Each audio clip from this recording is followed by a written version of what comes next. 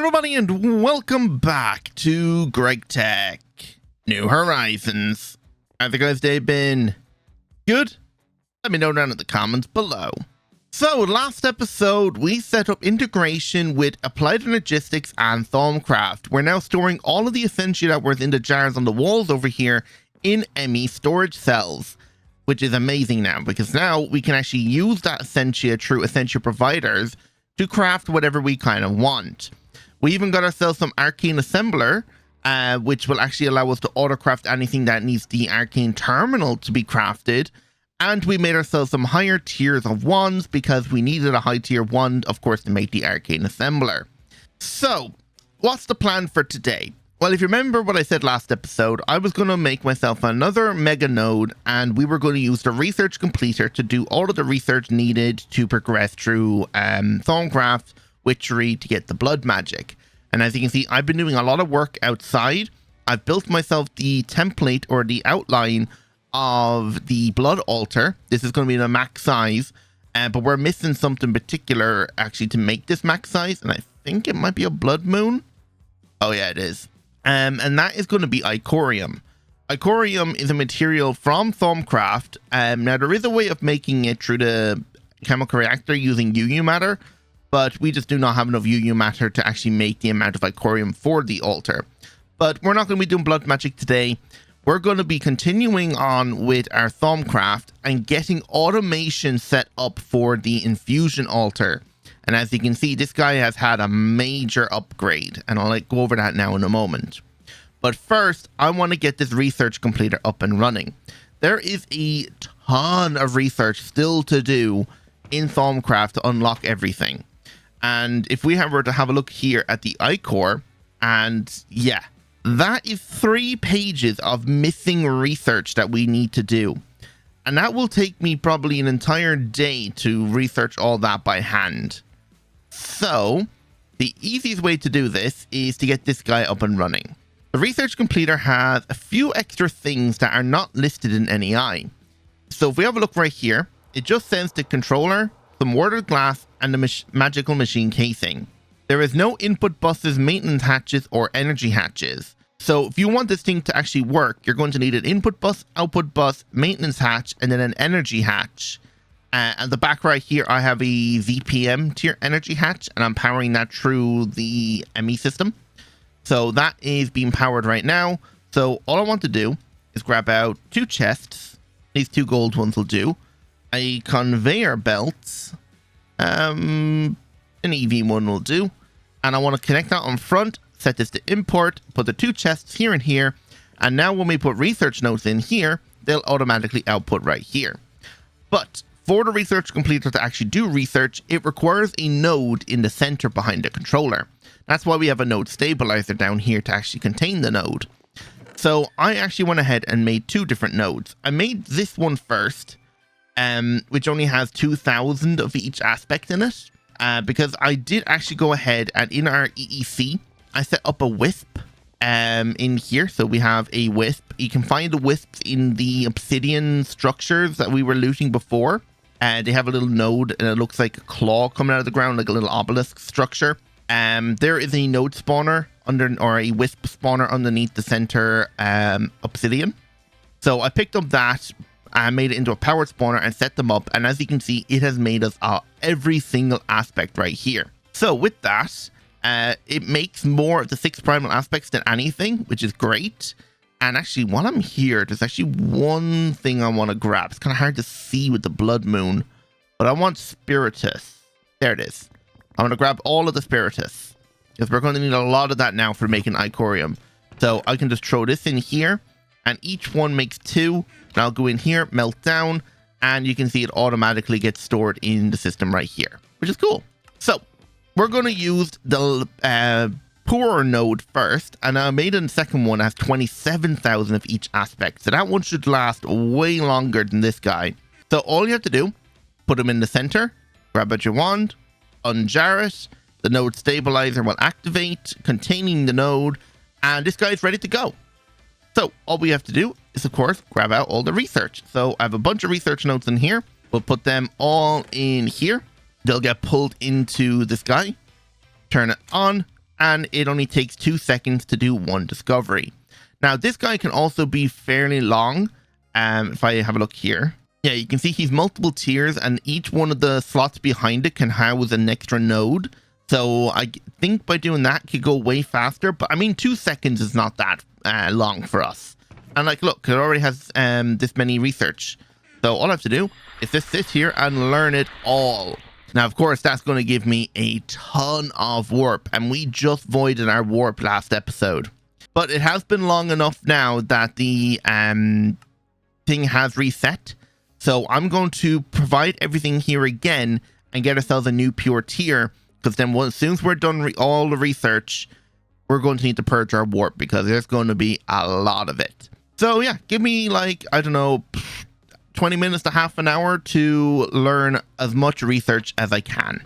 All right, it's been a while later, and all of the research I think I can do at the moment has pretty much been completed. So I have learned nearly everything I can.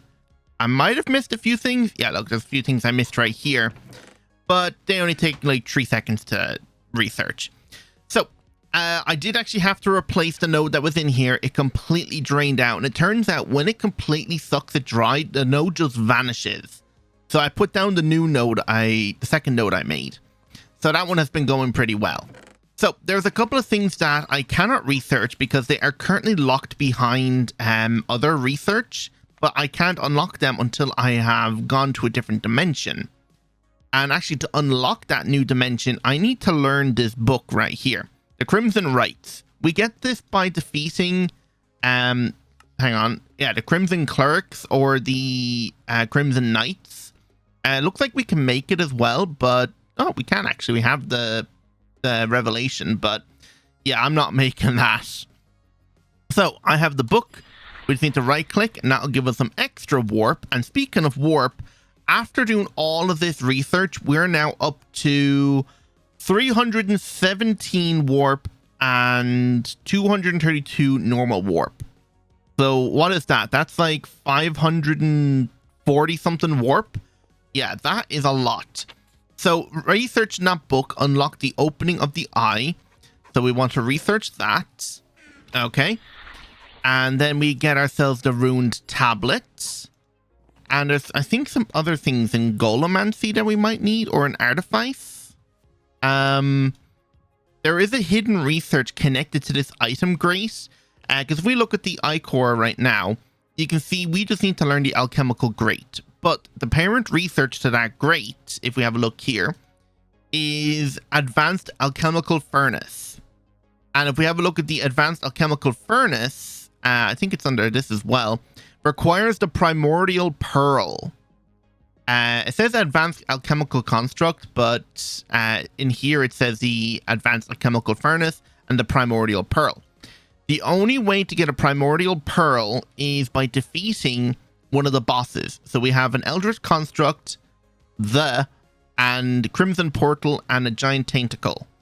So we need to defeat them. And then after we get one primordial pearl, we can do a recipe in here, I think, to duplicate it. Yeah, an inert pearl fragment. So we can make it right now like that, or we can forge hammer a primordial pearl to make 3, and then each one can be used to make a new pearl. Just requires ender shards, nether shards, aurora blocks, which can be crafted, which is nice, or we can just tear down the Ice Queen castle. But I don't want to hang around in here too long, mainly because our warp is so high, bad things can spawn. And I think over 200 warp, a wither can spawn, and I do not want a wither spawning in here. Yeah, 200 warp, spawn a wither. So we're going to purge all of our warp now. So I have gathered everything we need now to claim a new pure tier. So claim that. I don't have any more ender shards. That's what the one thing I'm lacking in to get another one of these. But just to double check, there is definitely no other research I need to do right now to finish this. Tome of knowledge sharing, maybe? I don't think I need that, but yeah, I don't think there's anything else we need to do until we've completed the dungeon now. I'll just learn this one just to make sure. All right, so let's go purge our warp. So we're going to have a lot of things happen to us now. Actually, I should probably sleep. Is there somewhere I can lie down? Yeah, on top of this tree should work.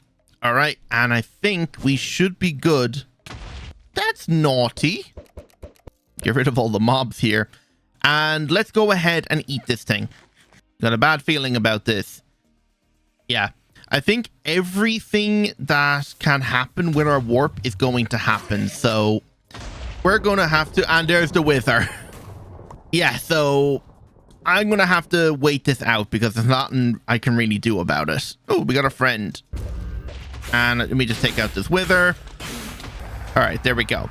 The one thing I need to watch out for is the doppelgangers. And if another wither spawns, I don't want the wither chasing the doppelgangers or I will die. But yeah, I guess I'll see you when the warp is over unless something crazy happens. Hey, Steve. All right, I believe the warp events are more or less over. The only thing that still is happening is for some reason there's like a decay happening with the grass. If I'm standing nearby, you can see that the grass is turning into sand. And usually that happens when there's a ton of pollution.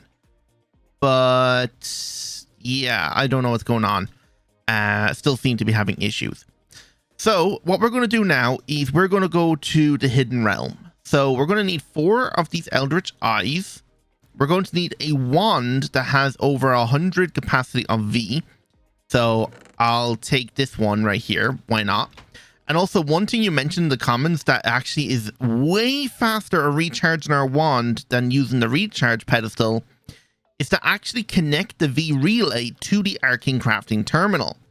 So you can see by putting this in here, it's relatively slow. It has to go up in like 0.3 at a time. If we were to put it directly in the terminal, it is going up like 3 every second.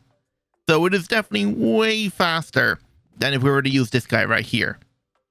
And there we go. It's full.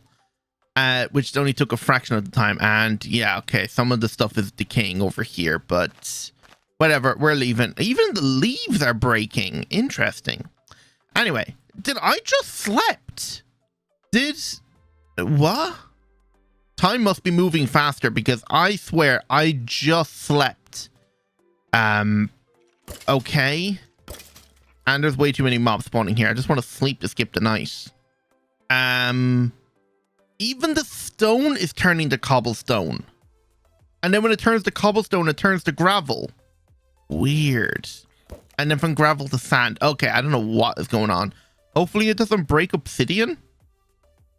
Hopefully not.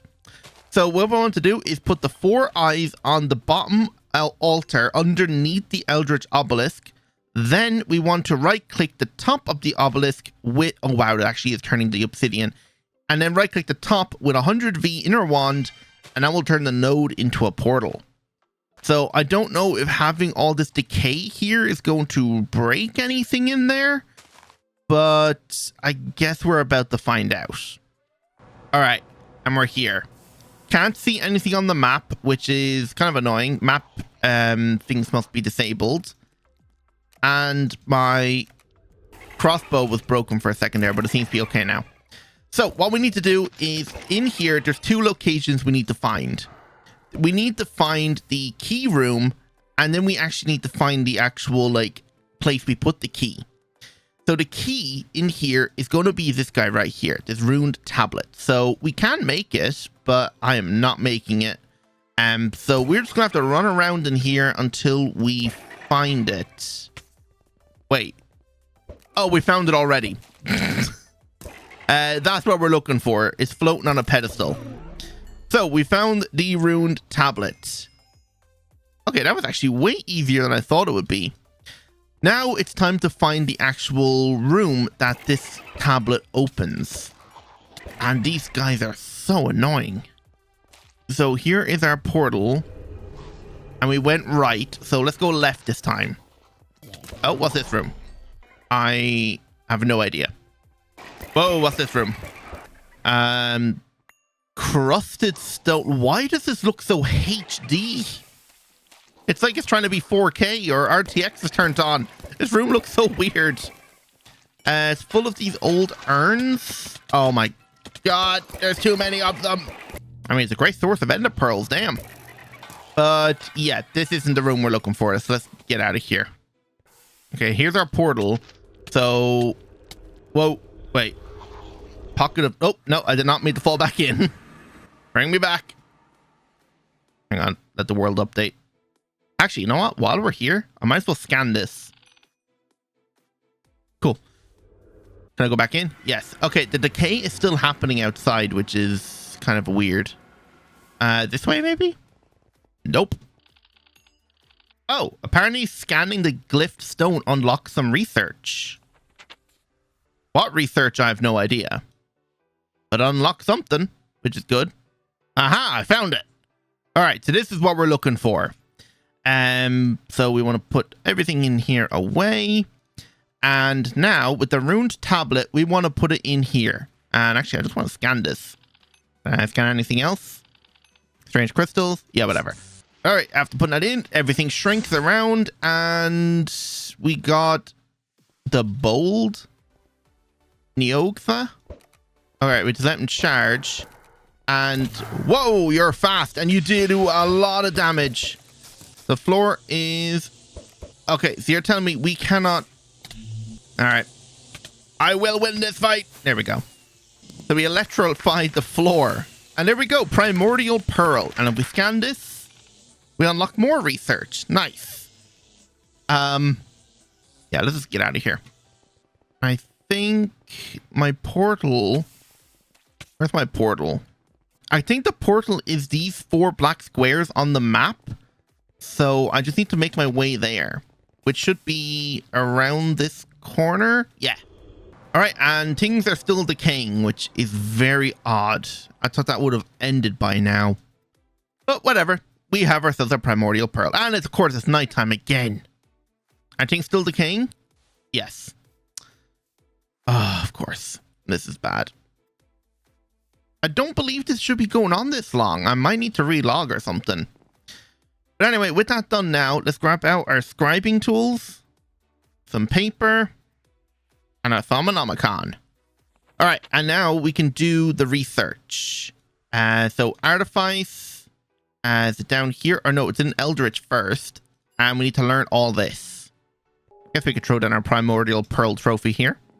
I just relogged to see if it'll stop the warp effects, but no. I do not know what's causing. Why is this still happening? I might have to restart the whole server or do something different. But of course, yeah, we're going to start learning more warp now. But I think that should have unlocked. Yes, the alchemical grate. And now if we learn the 2 of these, and if we check here, we have learned everything but the actual ichor recipe. And that is up in Thaumic Thinkering down here to the right. Ichor. All right, that's giving us more warp. We got even more ichor. And actually, by learning this, we're actually going to be able to make ourselves an even better tier of wand soon. I think it was a thaumium or a silverwood wrapped ichor wand. If I check in here somewhere. Yeah, the ichor woven silverwood wand core. That will give us a wand with 1,000 capacity, which is going to be insane. I'm still getting eggs. Oh yeah, because I've learned more warp. But yeah, now I just want to learn all this. But I think it's finally time we set up automation for this guy now. Wait, have we stopped decaying? Oh, it's finally stopped, I think. Yes, it has. Oh, thank God. All right. All right, and I think... Oh, there is a lot more research to do. But luckily enough, I think I can just use regular soap to remove this warp here, so it's not too bad. If I have to, we can now make pure tears. We just need the research for the pure tear and the warp theory, which is where... Yep, there we go. Learn the research for pure tears. So I can make pure tears myself now, which is amazing. But after learning all that, we're currently sitting at 12 temporary warps, so that will go away fairly quickly, and 21 normal warps. Permanent and normal. So we have 21 warp altogether once we use this soap to get rid of the temporary warp. And if we check now, yes, 0 temporary warps. Only 21 warp so far. That's not that bad. Alright, so I think it's time now to set up automation for the Infusion altar. There's a few things I still need to craft and get, so let me go ahead and grab all those and I'll show you exactly how to set this guy up for automation. Alright, I believe I have everything now to set up automation for the Infusion altar. I am still getting warp things. I just did a bunch of research and just purged my warp again, so I'm back to 0 warp. But I think some things are still going to be happening around here. It's only been like 2 minutes since I did the pure tier. But we should have everything now to do this. So, to automate the Infusion altar, we need a way of being able to right-click the runic matrix with a wand to activate it. Well, that can be done with an Infusion claw. The Infusion claw sits on top. You give it a wand. We're going to use our Thaumium Balsamic wand. And this does require some V to activate the ritual. So we're going to have to be able to recharge this wand in case it ever goes, like, empties. And we can do that with this guy, a Viz Charge Relay. And all we have to do then is connect this crystal to an V relay, which is connected to our energized node to be able to charge the wand. So we'll do that last. So the first things we want to do is we want to set up ME storage buses underneath each one of these pedestals. The way we're going to be automating this is very similar to how we did the assembly lines. So each pedestal is going to have an ME storage bus. All right, and each storage bus needs to be set a certain priority. Now, the center pedestal is going to be the highest priority. So actually, give me out another storage bus. Okay, and we'll put this on the front right here. So this one here is going to have the highest priority. We'll set that to 100. Then we need to set the priorities of these interfaces then, or these storage buses, in alternating patterns pretty much. You'll understand when I start. So let's actually start with the 4 corners. So we want to make sure like everything is set up in a symmetrical pattern. So we want to say we'll start with this one. This one is going to be 99. Okay. Then we're going to go to the opposite corner. This one here is going to be 98. Then we'll go to this one. This one's going to be 97. And then this one over here will be 96. Like so. And we just need to go and each opposite corner. So then we'll say we'll start with this one here. This one here will be 95. This one over here then will be 94. This one here will be 93. And I just need to keep doing that until all of them are set up in alternating opposite corner patterns. So this one here, like 92. And then the last one is going to be 88. All right, so that is all of the storage buses set up with alternating pattern or diagonal priorities. Then we'll just put back on the pedestals. Okay. And we'll just double check the stability. Okay, so we're down to 49. And I think that's because I've removed the crystal here and here. Yeah, because we need to make sure everything stays symmetrical. And anyway, we can add even more stuff later on. Like we can replace these great wood logs with like void blocks if we wanted. These work as infusion stabilizers. And I think even the thaumium blocks do. This is a chiseled version, so maybe this one won't work. But the void metal would. So if we needed to, we could actually replace some of the blocks around here with them to make it better. But that's whatever. So how do we set this up now? So we want to come underneath here. If I can find a way down. That's the wireless connector. There is barely any room because underneath the altar, I have filled it up with a ton of crystals and heads to help with the infusion boost. So I guess I'm going to have to remove some of the heads for now, just to make room for me to walk around. All right, and then what I want to do is under here, we want to find the cable and connect up all of the storage buses together. Okay, they're all connected up. And actually, one other thing I want to grab is a controller. Just be on the safe side. I doubt we're going to need it, but just be on the safe side. I'm going to use an ME controller right here. Then, this is connected to our main net. Everything on the subnet is going to be separate. So we want to have 2 ME interfaces. But that's going to cause some problems here. So ME controller is now conflicted. To fix that, we'll just set this interface, instead of having a bidirectional way, it'll only have a one direction, facing into this guy here. So this is where we'll put the patterns for the infusions. So we want to enable blocking mode, and then like in the other interfaces back on the assembly lines, we need a blocking card. And that's more or less it. Now the thing is, this is going to run out of power because it's not connected to mainnet anymore. There's no power or transfer between here now. So we're going to need to either set up a second wireless connector to run power, or we're going to have to run a small cable through here. So I need some quartz fiber, and then we're going to use some cables. So I think it actually works directly here and here. If we just put the quartz fiber, that'll work there. And I can put back down some heads here to kind of help with it, the infusion. And I think it is, 3, and then leave a block of 2. And then this is the center. So yeah, that should be fine. And I think that's nearly it then. The only thing we need to do is connect up this guy.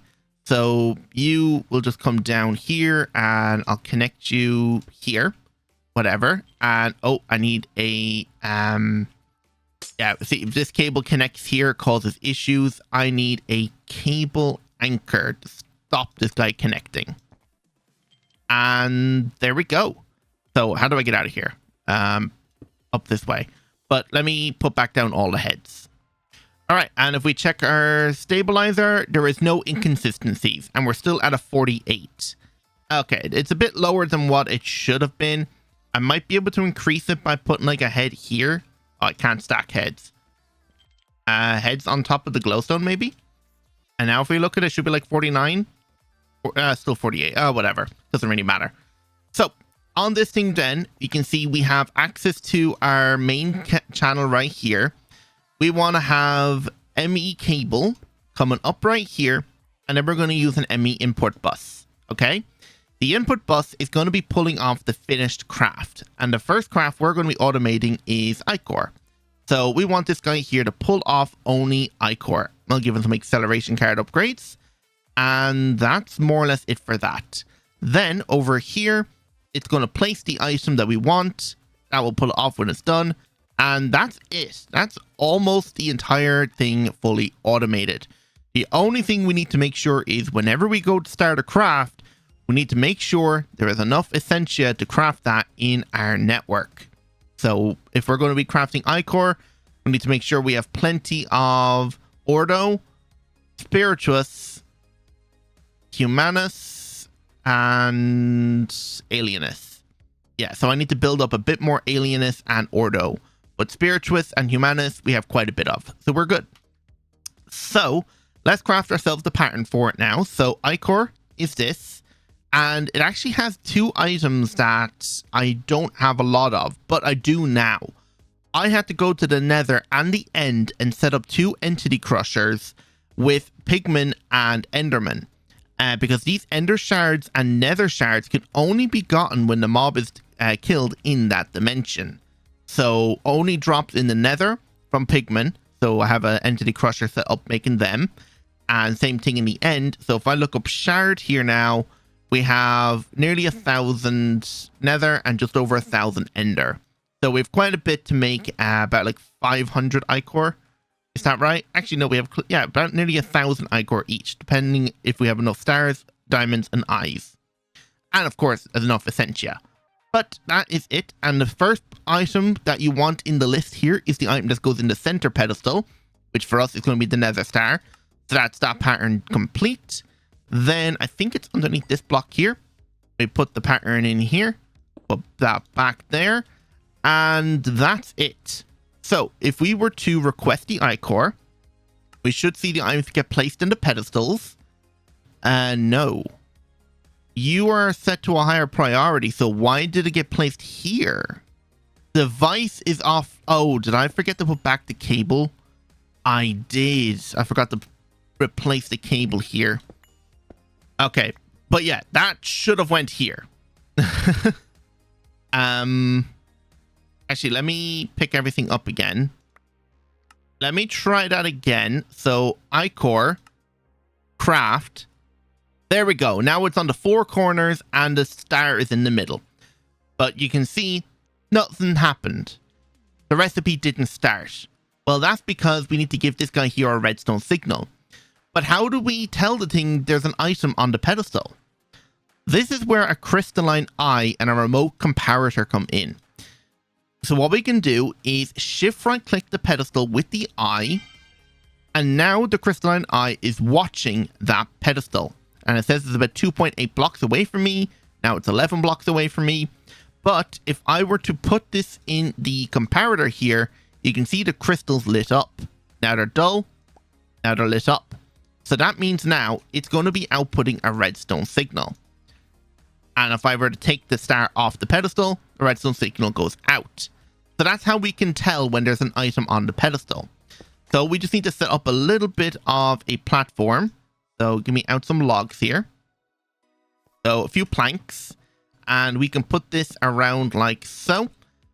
And we want this to come to the side. Like so. Then we can have our redstone come to here.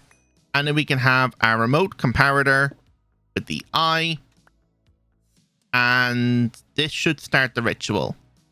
Maybe the redstone signal is not actually pointing in. Oh yeah, now it's doing something. So that should have activated the crystal. Or the runic matrix. It might actually take some time. Oh, you just saw something going in. There we go. Now it started. Okay, so I might need to use like red alloy wire instead of regular redstone dust. Let me go ahead and set up the redstone configurations for this. But you can see it worked. And there's the ichor. It got sucked out of the system. And the recipe completed. Fully automated runic matrix. So let me just fix the redstone here. And I'm even going to attach some acceleration or world accelerators to make this thing even faster. All right, so this is actually Future Shadow. While editing the footage, I realized the way I explained the redstone automation for the infusion claw, the way I set it up to get it like working correctly, even with the world accelerators, was pretty poor. And it went on for way too long. And even after finished recording, I ended up coming up with a better, more simplified version of the redstone. So I'm going to show that instead. So what we got right here is two world accelerators. These are both IV, and they're facing into the runic matrix and the infusion claw. This is just to speed up the insertion of the items into the center pedestal. And the way I had it going before is the crystalline comparator was at the back right here with planks running along the side, pointing up, and it was just a big mess. But doing it this way is actually way simpler. So you just put the remote comparator on top, and you use these framed red alloy wire cables, and they float and connect to anything that's next to it. So I have 2 machine control covers on the world accelerators. So that means they'll only turn on when there's a redstone signal, meaning they are not wasting power while there's nothing being crafted. So they only turn on when there's something to be crafted. And you might notice I actually did finally complete crafting all of the blocks of ichorium. Because it actually has been a while since I set this up. But yeah, we'll get to those out now in the next few episodes. But I just want to demonstrate it now because there was also another issue where even though the recipe completed, the items were being taken out of the pedestal and inserted so fast, the redstone didn't get a chance to turn off, making it so the infusion claw did not work. But for some reason, doing it with the framed red alloy wire actually makes it work. So if I look up ichorium here and request like 20 of it, it works. So you can see these guys here turn on when there's a redstone signal, and it does flicker, giving this guy here a chance to reset. And yeah, I have been melting down plenty of aspects to be able to make this. So yeah, there we go. It crafted all 20 in less than like 10 seconds. So yeah, this system here is working perfectly. So 2 world accelerators, machine controller cover, and make sure you use framed red alloy wire to make it look a lot neater instead of having like blocks floating around with redstone wire running on it. From this side over here, you can't barely even see the redstone controls, which is perfect. So I'm going to call it there. So hope you all enjoyed. And if you did, don't forget that the like button, subscribe if you're new, and hit the notification bell while you're at it then as well.